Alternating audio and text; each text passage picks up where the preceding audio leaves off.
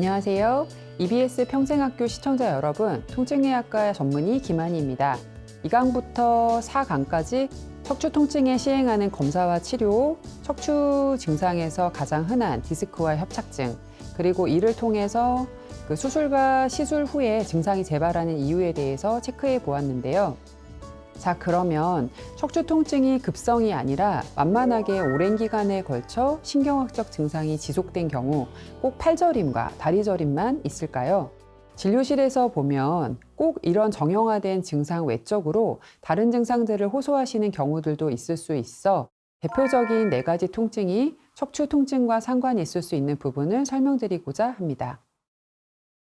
자, 척추 통증을 오랫동안 방치하면 생길 수 있는 질환 첫 번째, 꼬리뼈 통증입니다. 꼬리뼈 통증은 주로 사무직처럼 오래 앉아있는 환자분들에서 많이 발생하게 되는데요. 특히 꼬리뼈 통증으로 병원을 찾는 환자분들을 보면 꽤 오랜 기간 동안 치료가 잘 되지 않아 여러 병원을 전전하고 수술적 치료를 시행했음에도 불구하고 잘 낫지 않아 방문하는 경우를 많이 보았습니다. 다양한 원인으로 꼬리뼈에서 통증이 발생할 수 있겠지만 제가 항상 강조하는 바로 그것, 통증의 원인을 정확하게 파악을 하는 것이 가장 중요하다는 점을 잘 알고 계시죠? 꼬리뼈를 먼저 해부학적으로 보면 꼬리뼈는 3개에서 5개의 척추뼈가 결합되어 형성된 작은 삼각형 모양의 척추입니다. 불규칙한 모양의 뼈들이 유합된 형태이고 척추의 가장 아랫부분에 위치하고 있습니다. 등, 허리, 골반과 연관되어 있기 때문에 오랜 기간 동안 잘못된 자세로 앉거나 주저앉아서 엉덩방아를 찢는 등의 외부 충격이 발생하였을 때 꼬리뼈 통증이 발생할 수 있겠지요. 그러나 오래 앉아있는 직업군을 가지고 계신 분에서는 무엇보다 자꾸 꼬리뼈 내에 압력이 올라가면서 나타나는 디스크성 요통을 자꾸 호소하실 수 있습니다. 이때는 기능적인 회복을 위해서 반드시 최소 1시간씩 자세를 변경해 주시는 게 중요하겠고 오래 앉아 있지 않는 것이 중요합니다.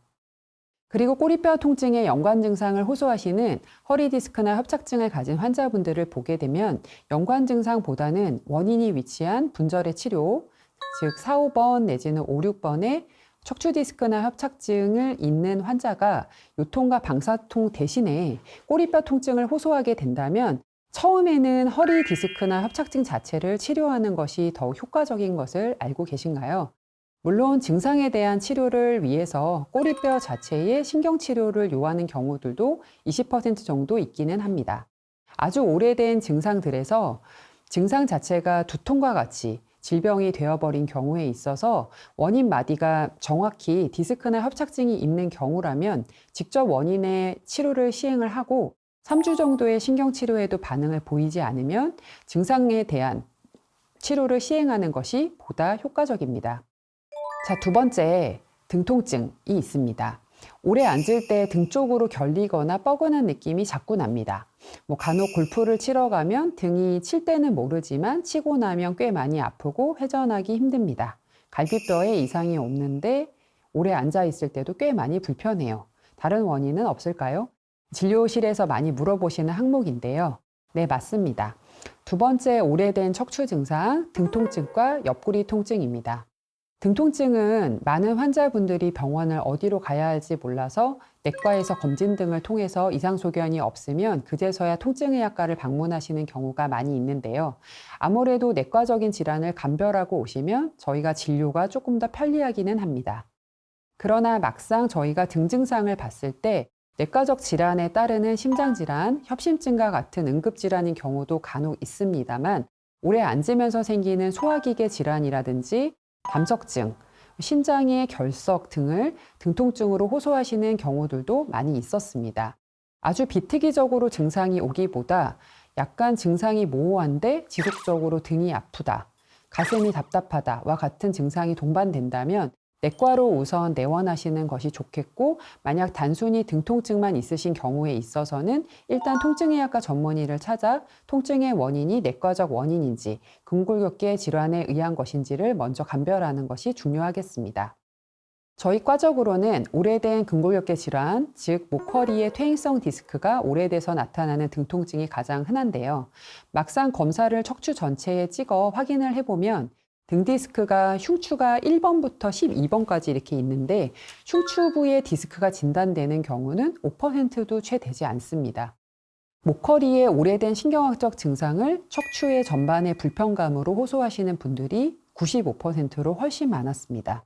아무래도 목허리 같은 경우에는 움직임이 많은 관절이다 보니까 퇴행성 변화가 오랜 기간 동안 지속되면 척추 전반의 불편감으로 연결되는 경우가 종종 있습니다. 이럴 때에 실제 등 통증이 지속되면서 흉추 자체의 주사 치료가 필요한 늑간신경염이라는 형태로 나타나기도 합니다. 이런 경우 실제 오래된 경우가 많아서 증상 자체가 질병이 되어 질병과 증상이 혼합형이 되어 있는 경우가 많기 때문에 일단 1차적인 원인은 질병이 있는 원인 분절의 치료를 시행을 하고 치료적으로 반응이 애매하고 지속된다면 2차적으로 증상이 남아있는 곳을 대증적으로 치료하는 것이 치료 계획에 도움이 되겠습니다. 다음 세 번째로는 고관절 통증, 즉 엉치 통증이 있겠습니다. 오래된 디스크와 협착증 증상의 많은 환자분들에서 방사통과의 연관 증상으로서의 고관절과 엉치 통증을 호소하는 환자가 많았습니다. 이러한 증상은 가장 간단하게는 패트릭 테스트라고 해서 고관절에 질환이 있는지 체크해보는 테스트가 있을 수 있겠는데요. 고관절의 외회전 시에 통증이 유발되는 것을 봤을 때 고관절에 문제가 있는 경우 패트릭 테스트를 시행했을 때 이 서예부 쪽으로 통증을 호소하시는 경우가 많이 있지만 허리 쪽으로 증상이 오래되신 분들은 허리 자체의 통증이라든지 고관절 외쪽에 통증을 호소하는 경우들도 많이 있습니다. 마찬가지로 오래된 신경학적 증상의 하나이기 때문에 원인이 되는 척추 치료를 먼저 시행하는 것이 중요하겠고, 그래도 지속되는 20%에서 30%의 환자에서는 엉치에 해당하는 근육 혹은 고관절 자체를 직접 치료하는 요법을 시행하면 질환을 근본적으로 치료할 수 있습니다. 자, 네 번째로는 두통이 있습니다. 척추 증상 때문에 두통이 있다는 것이 조금 의아하실 수 있는데 목 디스크로 인한 연관 증상의 하나로 경추성 두통이라고 하는 두통이 있습니다. 두통은 머리가 아프다는 뜻인데 원인이 뇌 혹은 척수 질환 또는 경추 질환이 있는 경우가 있습니다. 물론 아주 오래된 경우에 있어서는 원인이 없는 1차성 두통인 편두통이나 긴장성 두통, 일과성 두통 등을 혼합형으로 가지고 있게 되면서 증상에 대한 감별 진단이 좀 헷갈릴 수는 있겠습니다만 경추성 두통은 다음과 같은 특징이 있습니다. 일단 두통의 양상이 편측성으로 나타나고 주로 후두부를 따라서 생기기 때문에 목이 아픈 전조 증상을 가지면서 머리까지 타고 오는 연관 증상을 호소하는 경우가 많이 있습니다. 그리고 무엇보다 목을 치료하면 잘 낫습니다. 경추성 두통은 목 디스크의 환자의 많게는 20%에서도 생기는데 척추의 협착증 혹은 디스크로 인한 신경 압박이 있는 경우 매우 드라마틱하게 또 시원하게 두통이 낫게 됩니다. 이 두통은 원인이 되는 목 디스크 혹은 협착증 자체를 치료하게 되면 3주 내로 두통이 내지는 감소되는 경과를 볼 수 있는데요. 치료 시에 목 디스크나 협착증 자체를 치료해야 되는 경우도 있지만 목의 뒤쪽 구조물인 후관절이나 근육의 치료만으로도 많은 호전을 보이는 경우도 있습니다. 대개는 목의 주변에 있는 근육들로 인해서 근막통증 증후군을 같이 가지고 있는 자세와 연관된 연관 증상들이 많기 때문에 목 뒤쪽으로 찌릿찌릿하면서 타고 오는 두통이 생기면서 눈알이 빠질 것 같다와 같은 증상이 생긴다면 통증의학과 전문의를 찾아 7개의 경추 분절 중 원인이 되는 마디를 찾아 치료하시면 매우 만족스러울 만한 결과를 얻으실 수 있을 것입니다.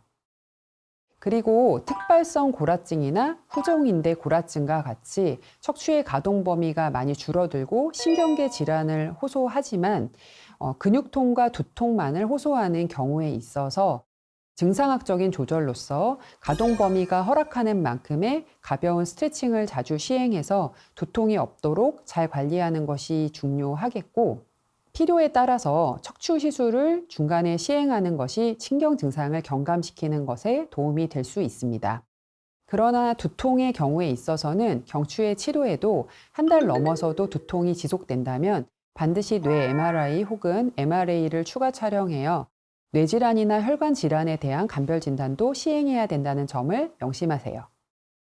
자, 5강에서는 오래된 척추 증상이 팔, 다리 저림증과 같은 연관 증상이 아닌 척추 축을 따라서 나타나는 엑시스 페인, 이 척추축을 따라서 나타나는 꼬리뼈, 등 통증, 엉치 통증, 두통 등의 모호한 증상을 호소하시는 경우도 많아 설명드렸습니다.